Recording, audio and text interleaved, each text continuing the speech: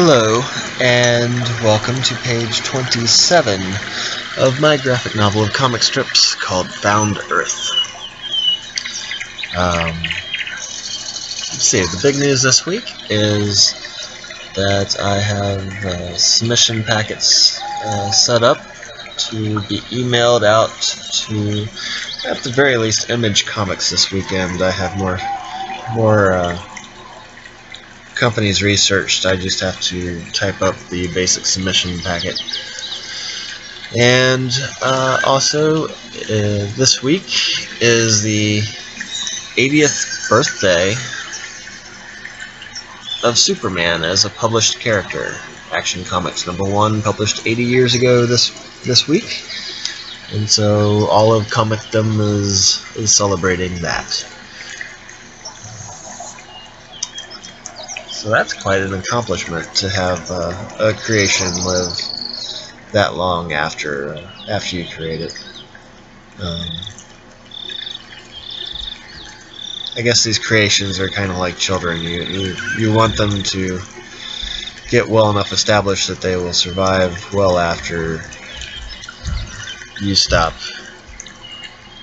creating, or after you're gone. So you do the best you can with your creations, and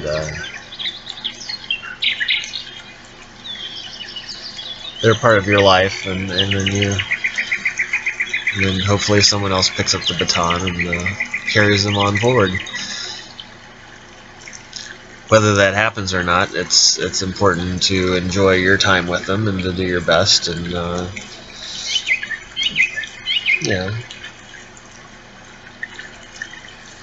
just do what you can with them, and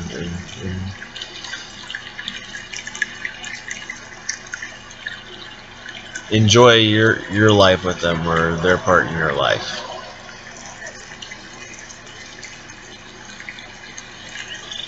So submissions, Superman's birthday,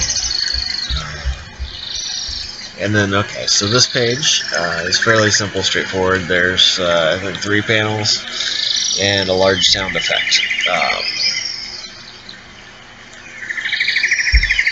To keep things interesting, you draw things from different perspectives.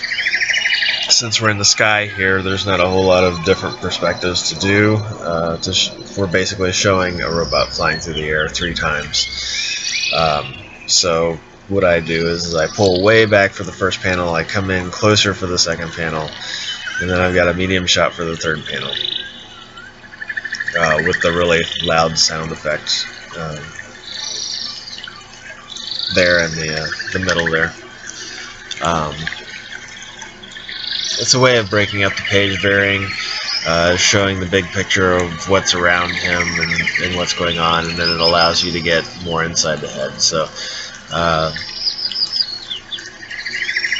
it's a fairly standard technique where you're way back, you have an establishing shot, and then you zoom way in to get real specific with what's going on, and then pulling back a bit and watching the results of the page happen.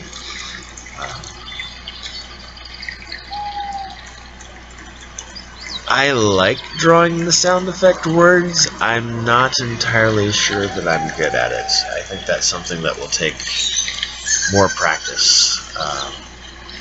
Lettering is a very specific skill, so I tried to make it part of the drawing rather than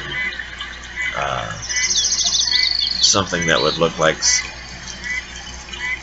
a thing a letterer would do. So I tried to make it more part of the cartoon, I guess.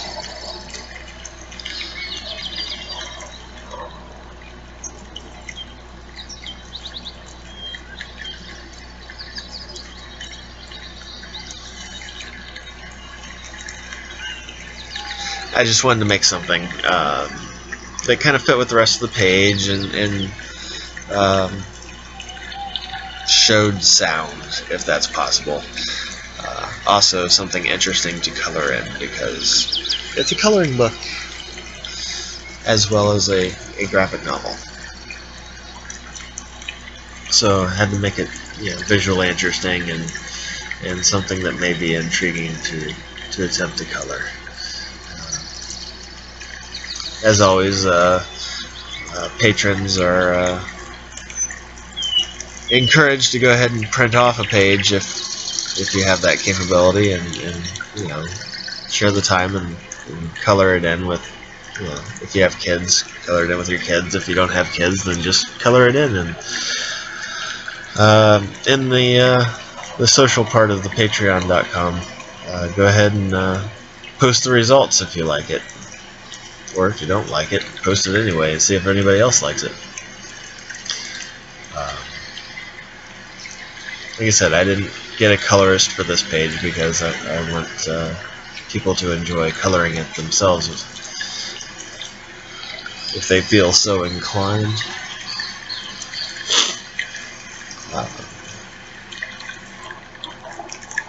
Yeah, so that's the big news this weekend. Superman is 80. I picked up number 1000 for his comic book, although while it may be his 1000th comic book, they didn't publish all 1000. They jumped around for their reboots and comic book, so I don't think it really counts. Really. I mean, it was a nice number to put on his 80th birthday, so it's something that bothers me about the comic book industry, and that I will probably never do, is reboot the numbers. I think I'm in agreement with Todd McFarlane in that you should just keep going higher and higher. I mean, he started his comic book in 1992, and he has the highest number of any comic book consecutively numbered in the industry. And he started in 1992, and Superman started in 1930-something. 32? So all these people have this big head start on him, and he's got the highest number. It's weird. It's crazy. I understand why they do it.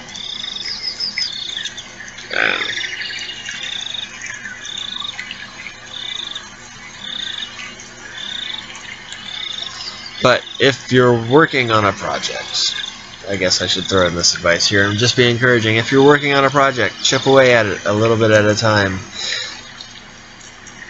27 pages took a couple of months for me to do, and it's easy to get discouraged and it's easy to get distracted. Just keep chipping away at it, because when it's done, it'll be awesome, and you'll have done more than the person who is waiting for the perfect moment, because that doesn't come, and it's more important just to chip away at the thing that you're doing and to work towards getting better and getting done, because